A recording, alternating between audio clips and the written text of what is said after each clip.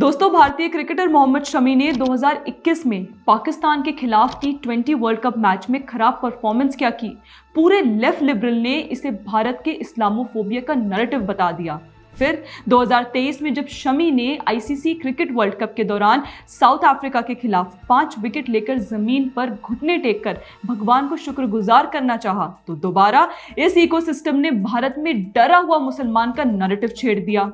और फिर से अब जब शमी ने ऑस्ट्रेलिया के साथ चल रहे आईसीसी चैंपियंस ट्रॉफी मैच के दौरान जूस पिया, जिस पर उन्हें मौलवियों द्वारा खूब गालियां मिल रही हैं, रोजा न रख करके उन्होंने गुनाह का काम किया, तो उनको ऐसा नहीं करना चाहिए और वो शरीयत की नजर में वो मुजरिम हैं। तो यही इकोसिस्टम अब इस अटैक पर मौन रहकर मीडिया पर इस बात की हेडलाइन बनाने का इल्जाम लगाते हुए इसे सेंसेशनलाइज करना बता रहा है। क्या हिपोक्रेसी है शमी को आगे रखकर ये नैरेटिव चला दो कि भारत में तो मुसलमान डरा हुआ है। जी हाँ, देखिए, हमारे एजेंडा पेडलर और प्रोपेगेंडिस्ट जर्नलिस्ट राजदीप सरदेसाई ने ट्विटर पर पोस्ट करते हुए लिखा, कैसे एक माइक को जानबूझकर सुर्खियां बटोरने के लिए मौलवियों के पास ले जाया जा रहा है। राजदीप इसे आज का वेपन ऑफ मास डिस्ट्रक्शन नाम देकर ये बात कर रहे हैं कि इतिहास उन लोगों को नहीं आंकेगा जो समझदारी से ज्यादा सनसनी को महत्व देते हैं।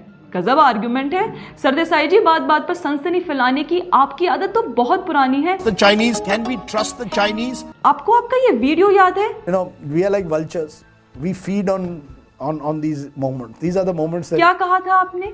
आपने क्या ये खुद स्वीकार नहीं किया था कि कैसे आप न्यूज़ और सिचुएशन पर हमेशा से एक गिद्ध की तरह नजर बनाकर रखते थे कि एक मौका मिले और आपकी प्रोपेगेंडा की दुकान चालू हो जाए। आप दूसरों को समझदारी से काम लेने का ज्ञान दे रहे हैं, लेकिन समझदारी से ज्यादा सनसनी का खेल तो आपने खेला था जब 2001 पार्लियामेंट अटैक के दौरान आपने अपने कैमरामैन को मेन गेट बंद करने को बोला ताकि आपके अलावा वहां कोई और मीडिया चैनल कवरेज ना कर सके। Parliament had been attacked by terrorists.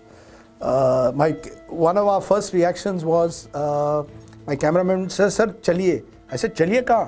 यहाँ रुकना है." I told him actually close the gate of Parliament. Get that guard to close the gate, which they were about to do.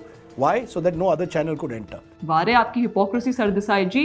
आज जो आप भारत में चल रहे मुसलमान बना मुसलमान युद्ध को सेंसेशनल या हेडलाइन बनाने का इतना रोना रो रहे हैं, कल तक आप ही शमी के खिलाफ सोशल मीडिया पर चल रहे अटैक्स को नॉसिएटिंग बता रहे थे। क्या वो सब फिर एक दिखावा था? क्योंकि उस दौरान 2021 में कुछ गुमनाम पाकिस्तानी हैंडल्स ने ये नैरेटिव चला दिया था कि हिंदुओं ने शमी के मुसलमान होने की वजह से उसे पाकिस्तानी बुलाना और कोसना शुरू कर दिया, और हाँ, शॉर्ट में कहें तो इसे इस्लामोफोबिया का झूठा नैरेटिव दे दिया गया। और आप लोगों को कोई बात सेंसेशनल ना बनाने का पाठ पढ़ा रहे हैं। आपको मेडिसन स्क्वायर याद है? नहीं याद होगा, चलिए हम आपको याद दिला देते हैं। ये देखिए, Tell me one thing. 1 minute. Did Narendra Modi teach you to behave badly? The best way to describe this crowd is a frenzied Narendra Modi crowd. You've got to live with that. Back to you in the studio.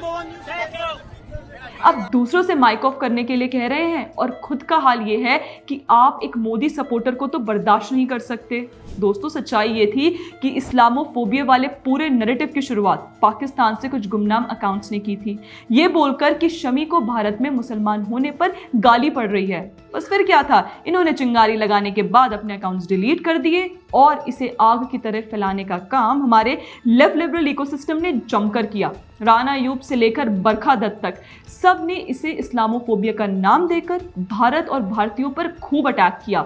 और यही नहीं, इसी propaganda को भारत के खिलाफ कुछ विदेशी अखबार जैसे अल जजीरा, द टेलीग्राफ, स्क्रोल और डॉन ने इस्तेमाल किया। दोस्तों, साथ साथ भारत और मोदी सरकार को अटैक करने का अवसर ना छोड़ते हुए राहुल गांधी ने भी उस दौरान शमी को सपोर्ट करते हुए ट्वीट किया था कि we all are with you, और ये भी कि ये लोग नफरत से भरे हुए हैं क्योंकि कोई भी उन्हें प्यार नहीं देता, उन्हें माफ कर दो। लेकिन आज जब मौलवी और मुसलमान ही शमी को भारत में गालियां दे रहे हैं तो राहुल गांधी जैसे लोग इस बात पर मौन व्रत रखकर बैठ गए हैं। शायद इसी बहाने रमजान में बिना बताए व्रत कर रहे हैं।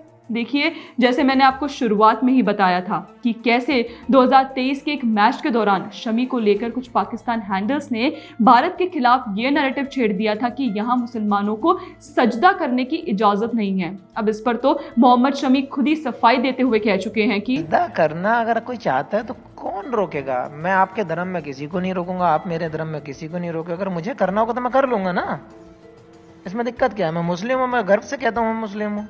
मैं इंडियन हूँ, मैं फख्र से कहता हूँ कि हाँ मैं इंडियन हूँ।